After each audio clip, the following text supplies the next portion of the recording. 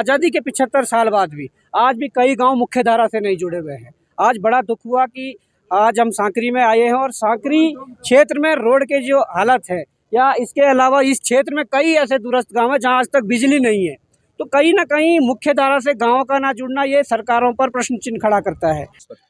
रानी जो एक बात बताऊं कि 5 साल के बाद, बड़ी मुश्किल से 5 साल के बाद अब दिख रही है। नमस्कार साथियों, स्वागत है आप सभी का उत्तराखंड दर्पण पर। दोस्तों, आज हम पहुंचे हैं उत्तरकाशी जिले का सुदूरवर्ती क्षेत्र सांकरी में और आपको बता दें कि जहां एक तरफ लोकसभा चुनाव की तैयारियां जोरों शोरों पर है, चुनाव का समय बिल्कुल नज़दीकी है।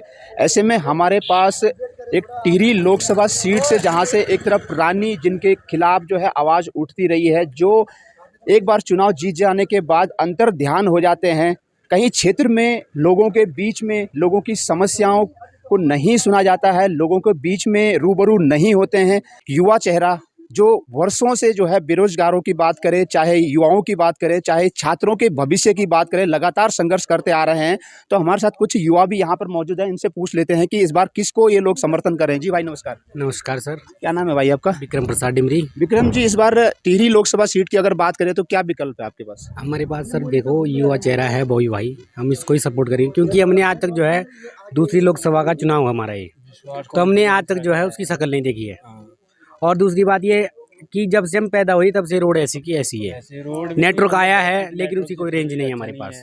तो हम चाहते हैं कि हम अपने युवा भाई को आगे ले जाएं, जिससे कि जो है विकास जो है हमारा क्षेत्र का हो सके। जी भाई नमस्कार, क्या नाम आपका? सर मेरा नाम पवन उनियाल है। जी भाई, जिस तरह से आपने देखा होगा लगातार वर्षों से एक युवा चेहरा जो युवाओं की आवाज़ बन के देहरादून में लगातार धरने प्रदर्शन और जेल की यात्रा भी करनी पड़ी है जिनको, क्या कितना समर्थन रहेगा आपका उनके साथ? मेरा 100% समर्थन रहेगा और बॉबी भाई को हम बहुत पहले से जानते हैं और जिस इंसान के बारे में हम खुद जानते हैं कि इंसान का स्वभाव, इंसान का कैरेक्टर कैसा है, उसको हम पूरा मतलब 100% समर्थन करेंगे। चलिए जी भाई नमस्कार, क्या नाम आपका? नमस्कार सर, मेरा नाम परवीन और सिंह है। हमारी कोशिश ये भी रहेगी कि हम अदर जितना हो सके हमसे मतलब पूरी मेहनत करेंगे, पूरा सहयोग रहेगा और सभी को हम समझाएंगे, मतलब बोलेंगे कि बॉबी भाई हमारी युवा चेहरा है, आप सपोर्ट करें।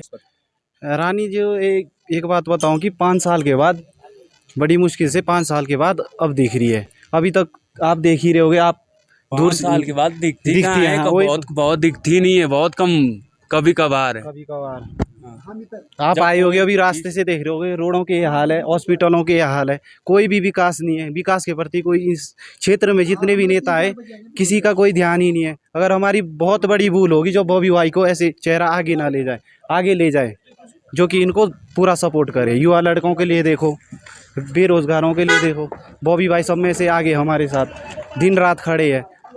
तो कहीं ना कहीं बॉबी पंवार के साथ युवाओं का यहाँ पर समर्थन मिल रहा है।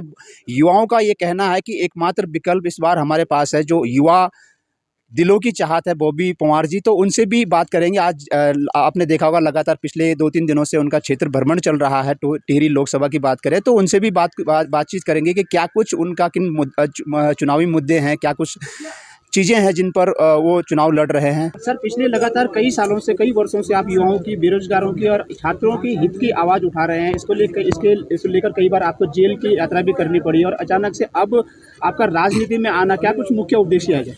देखिए, छात्रों की लड़ाई लड़ने का उद्देश्य जो था वो ये था कि हम खुद उसके भुक्तभोगी हैं और उसके उपरांत आज अब जब हम क्षेत्र में आ रहे हैं तो आज भी देख रहे हैं कि हिंदुस्तान के आज़ादी के 75 साल बाद भी आज भी कई गांव मुख्य धारा से नहीं जुड़े हुए हैं। आज बड़ा दुख हुआ कि आज हम सांकरी में आए हैं और सांकरी क्षेत्र में रोड के जो हालत है या इसके अलावा इस क्षेत्र में कई ऐसे दूरस्थ गाँव हैं जहाँ आज तक बिजली नहीं है।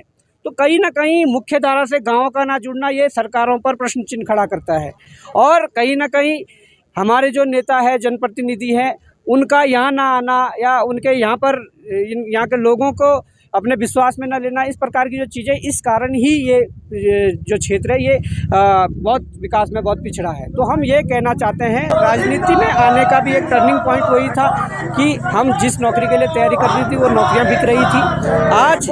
और बड़ा दुख ये भी हुआ कि इस क्षेत्र में जिस प्रकार से हम आए हैं और रोडों के हाल और इस प्रकार के जो तमाम विकास जो होने थे वो नहीं हो पाए हैं।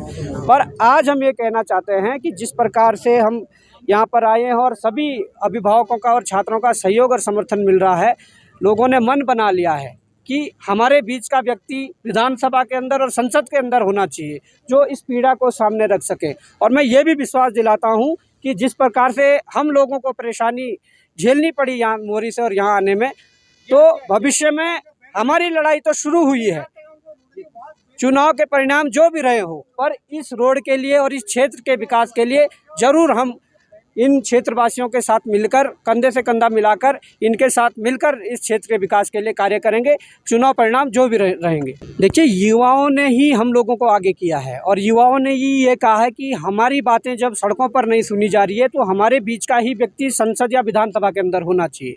अब बारी उस चीज़ की है कि हर युवा ये संकल्प लें कि अपने अभिभावकों से, अपने माता पिता से वो एक वचन लें कि इस बार हमारा जो वोट है वो हमारे अनुरूप है, हमारे कहने पर आप लोग दीजिए, क्योंकि हमारे भविष्य के लिए हमारा वोट है या आने वाले भविष्य के लिए हमारा वोट है। युवा यदि ये संकल्प ले लें तो मुझे लगता है कि निश्चित रूप से हम यहाँ से विजय होकर जाएंगे और इस क्षेत्र के विकास के लिए, इस क्षेत्र की तरक्की के लिए हम भी थोड़ा सा सहयोग कर पाएंगे।